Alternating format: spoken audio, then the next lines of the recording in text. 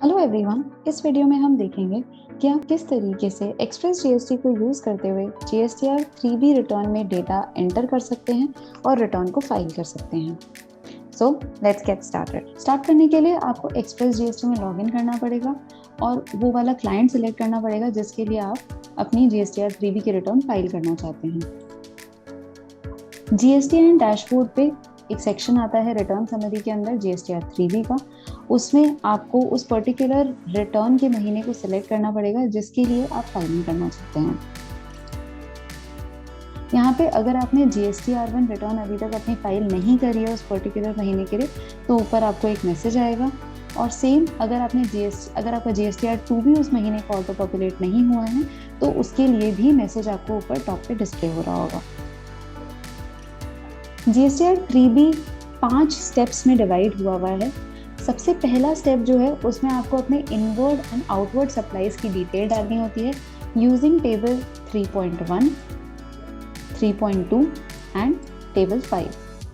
Table 3.1 में जो 5 sections हैं उसमें आप अपना रेलेवेंट डेटा ऐड कर सकते हैं simply by clicking on the particular field and hitting tab and shift tab, जो कि आपको रेलेवेंट डेटा एंटर करने में आपकी हेल्प करेगा।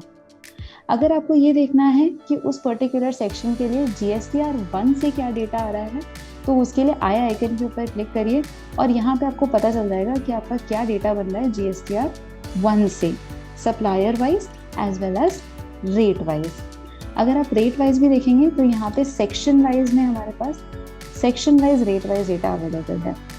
आपको GSTR1 की वैल्यू मिल जाएगी, जो आपने 3B में वैल्यू एंटर करी हुई है वो मिल जाएगी और उसका डिफरेंस मिल जाएगा, जिसके बेसिस पे आपको ये समझ आ जाएगा कि किस तरीके से रिटर्न में डेटा अपडेट होना चाहिए या जो आपकी कैलकुलेशन है उसमें कितना डिफरेंस आ रहा है। आप यहाँ पे मल्टीपल सेक्शंस का डेटा देख सकते हैं अगर आप देखना चाहें तो, जैसे कि अगर मुझे 3.1 का डेटा भी साथ में देखना है और 3.2 का डेटा भी साथ में देखना है तो मैं कुछ इस तरीके से यहाँ पे डेटा देख सकती हूँ। अगर मुझे 3.1C का भी डेटा देखना है तो वो भी मैं यहाँ पे कुछ इस तरीके से देख सकती हूँ। अगर मैं इनवर्ड सप्लाईज का डेटा देखना चाहती हूँ तो वो भी कुछ इस तरीके से विजिबल हो जाएगा। अगर आपको किसी पर्टिकुलर टैब को मिनिमाइज करना है ताकि आप बाद में उसे रिव्यू कर सकें तो आप उनको मिनिमाइज भी कर सकते हैं। अगर आपको ड्रैग करना है या आपको किसी टेबल को एक्सपैंड कोलैप्स करना है तो आप वो भी यहाँ पे कर सकते हैं। इसके अलावा आपकी कन्वीनियंस के लिए यहाँ पे हर सेक्शन के करस्पॉन्डिंग आपको कुछ इन्फॉर्मेटिक्स मिलेंगे जो कि आपको ये बताएंगे कि इस टेबल में क्या डेटा आपको एंटर करना चाहिए, क्या सजेस्टेड डेटा है जो कि यहाँ पे एंटर होगा। तो ऐसा हर सेक्शन के लिए अवेलेबल है। अगर हम 3.1D की बात करें तो इसमें यूज़र की कन्वीनियंस के लिए 2 सेक्शंस डिवाइडेड हैं, रजिस्टर्ड सप्लाईज और अनरजिस्टर्ड सप्लाईज। रजिस्टर्ड सप्लाईज वो हैं जो या तो आपको GSTR2B से मिल रही हैं या फिर आपने वो सप्लाईज जो किसी रजिस्टर्ड पर्सन से करी थी। अनरजिस्टर्ड का डेटा आता है जो कि डेफिनेटली हमें GSTR2B से तो नहीं मिलता है। इस पूरी टेबल में GSTR1 और GSTR2B से भी डेटा ऑटो पॉपुलेट होता है। अगर आपको चेंज करना हो या आपको रिवर्ट करना हो original portal auto calculated data पे तो उसके लिए इस बटन के ऊपर क्लिक करिए और आपका डेटा जो है वो वापस पुरानी वाली वैल्यू पे रोल बैक हो जाएगा। अगर हम 3.2 की बात करें तो दिस इज इंटरस्टेट सप्लाईज जो कि 3.1A में से आती हैं। यहाँ पे अगर आपको POS वाइज डेटा एंटर करना हो तो उसके लिए ऐड के ऊपर क्लिक करिए और डेटा एंटर कर लीजिए। यहाँ पे भी वही शिफ्ट और टैब की फंक्शनैलिटी जो है वो वर्क करती है। यहाँ पे आप डेटा एंटर करेंगे तो यहाँ पे वही जो चेक था कि ये वैल्यू इससे बड़ी होनी चाहिए वो आपको एरर आ गई है और आप इस तरीके से अपने डेटा को ऐड या अपडेट कर सकते हैं। टेबल 5 में अगर आपको डिटेल्स डालनी हो तो वो भी सिंपल मैकेनिज्म है जिसमें कि शिफ्ट और टैब को यूज़ करते हुए आप डेटा एंटर कर सकते हैं। स्टेप 2 में आपको अपने एलिजिबल ITC का डेटा डालना पड़ेगा जहाँ पे कि आपकी जो GSTR2B की वैल्यूज़ है वो ऑटो पॉपुलेटेड होंगी। अगर आपको वैल्यूज़ में कुछ चेंज करना है तो आपको चेंज कर सकते हैं। अगर आपको GSTR2B का डेटा व्यू करना है तो वो भी आप यहाँ पे व्यू कर सकते हैं। क्योंकि अभी GSTR2B इस पर्टिकुलर महीने का जनरेट नहीं हुआ है, इसलिए सारी वैल्यू 0 आ रही हैं।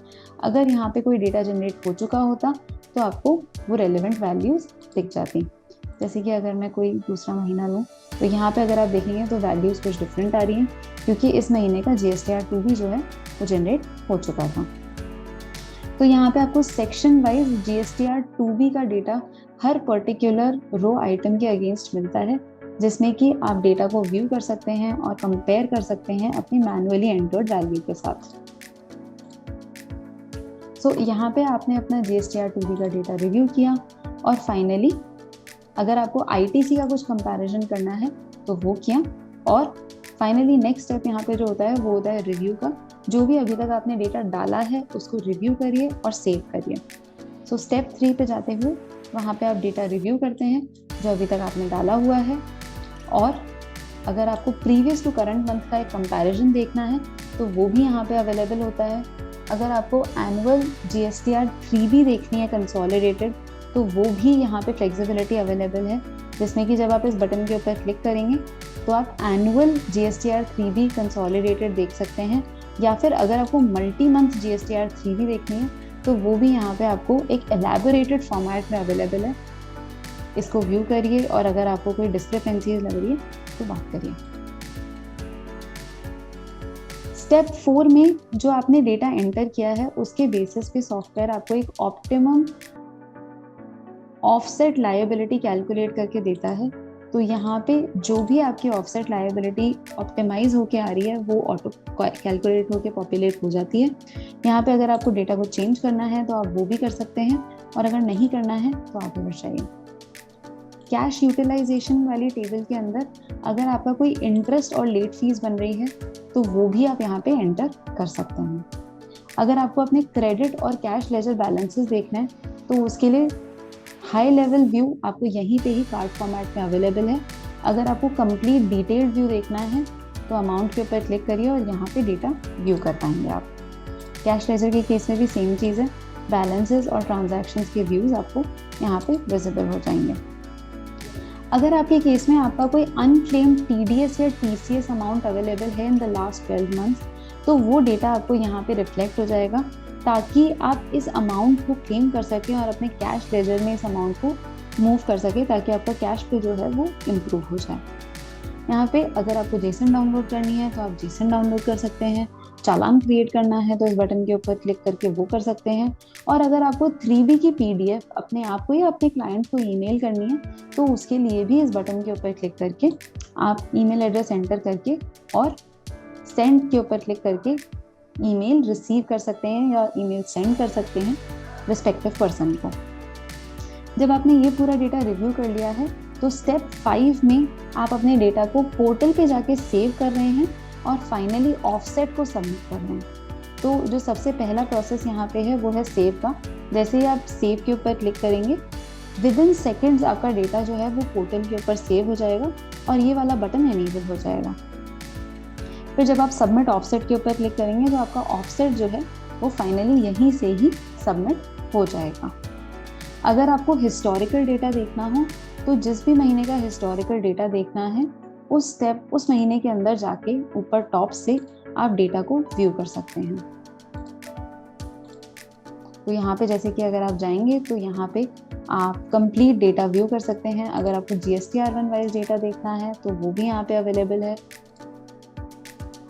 और जो भी डेटा यूजर ने एंटर किया था, चाहे एलिजिबल ITC हो चाहे इनवर्ड आउटवर्ड सप्लाईज हो, वो आप यहाँ पे व्यू कर सकते हैं। Thank you for watching.